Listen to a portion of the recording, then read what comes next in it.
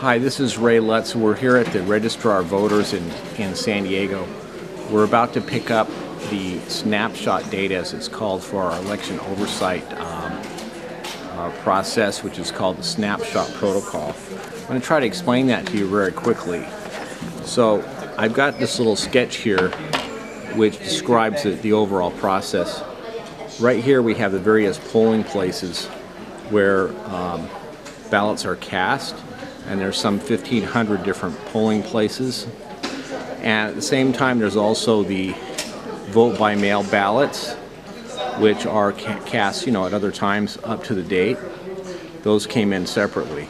These are all grouped by precinct, and these are just coming in big batches, and then they batch these up into batches of mixed precincts. So on election night, the ballots come and they're at the polling place, and they're all delivered here to the Registrar of Voters office, where they're run through a whole bunch of scanners.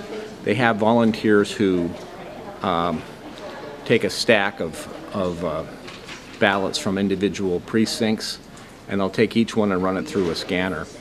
And at the end of each scan, they'll have a printout of the votes from that precinct, including total for each ballot option.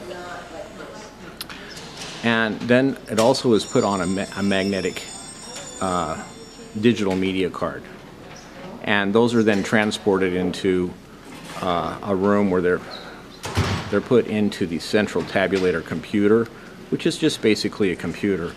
This level right here, which is, I have this little line right here is a central tabulator, and it collects all of the votes from each of those scanners, and precinct by precinct then adds them up. So at the end of election night, they have the published results of the election, and these published results are available on the website, and we capture those as of the election, this election, which is the June 2016 election. There's still 280,000 ballots that have not been counted yet, and those, even though it says 100% of the precincts reporting, the precincts are not all reported yet, because they have a lot of these vote by mail ballots coming in here that have not been scanned yet and are still being processed. So what we're requesting them to do is, at the end of election night, is to provide us with a snapshot file, which is all of the ballots that they've counted so far. It'll be all of the polling place ballots totaled up. And then they go through a process which is mandated by the Secretary of State, which is a manual tally process. And this is where they get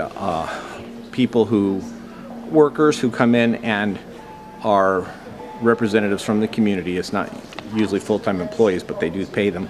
And they go through the physical ballots and count them. So which ones do they use? So this is the 1% selection process right here. So they randomly choose about 1% of the precincts to manually count, and that needs to be more or less random process, but we mainly are concerned that it's a surprise. We don't want them to know in advance what the precincts will be that they're going to be counting. Other than that, it doesn't matter if it's perfectly random. And then when they do the manual tally process, what they're trying to do, according to the rules, is just to check their computers to make sure that they were programmed correctly. What we want to do is try to catch malfeasance within the Registrar of Voters office, either compromised employees or perhaps hackers from the outside that have penetrated their security net. So the way this works is that we trust this process of doing the manual tally. We think the workers we've reviewed it, and we think the workers are doing a good job of carefully going through the paper ballots that they get They're not all of them, because when they do this manual tally, they haven't actually finished this process over here of getting all the manual or the vote by mail ballots processed yet. So it's only part of the result.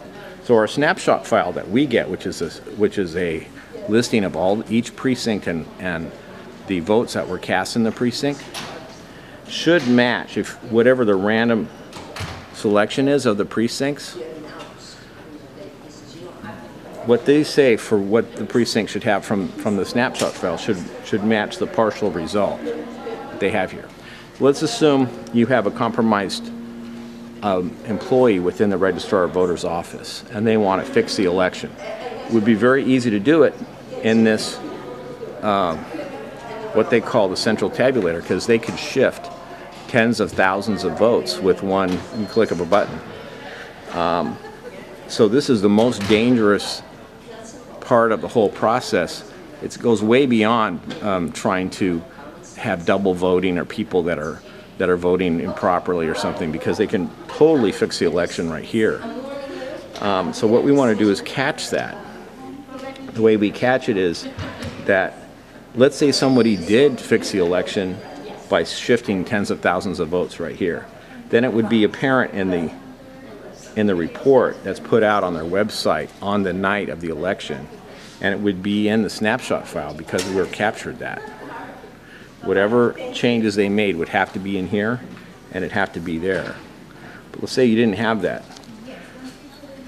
First of all, some counties, they don't do their 1% manual selection after the election, they do it before the election.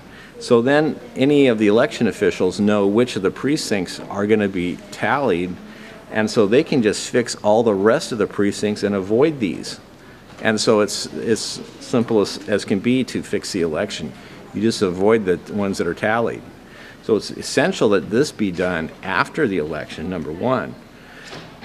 But even if it is done after the election, and they fix the election here, then they could go back and unfix the precincts that are chosen later and make them look okay, and then put the changes into other precincts throughout the other 99% of the precincts. So the result would still be fixed, but the changes would be shifted away from these 1% of the precincts that are tallied, and so they could escape it that way.